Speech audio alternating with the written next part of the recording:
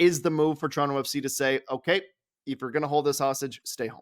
This is a buyout negotiation. Lorenzo Insigne expects to get paid a certain amount, and Toronto FC have settled on their number, and they're unwilling to budge on that number. What's new here is the very public approach that Toronto FC is taking in order to potentially pressure Insigne to leave. That's why these clubs have been thrown out there. That's why the threat of sitting the player. This is a very different tactic by Toronto FC, because before they played nice and they backed the player. And that is done now. I do find it a little bit misleading that they have like all these other designated players or options lined up, and that's why they need Insigne out now. That's not my understanding of the situation. They want Insigne out now because he's a detriment to the team. He's a cloud hanging over them. His training, work ethic, and focus simply isn't on point. I believe the plan was to buy out Insigne and then go out in the window in the summer and then go and try to attract a designated player and bring him in. So I think that this sort of posturing tries to take the pressure off Toronto FC a little bit. And if they've gone out and signed a Norwegian striker, that is with eyes of having a little bit more flexibility ahead of next season and then start putting the pieces back together. It's a staring match right now. Who's going to blink first? We will see about that.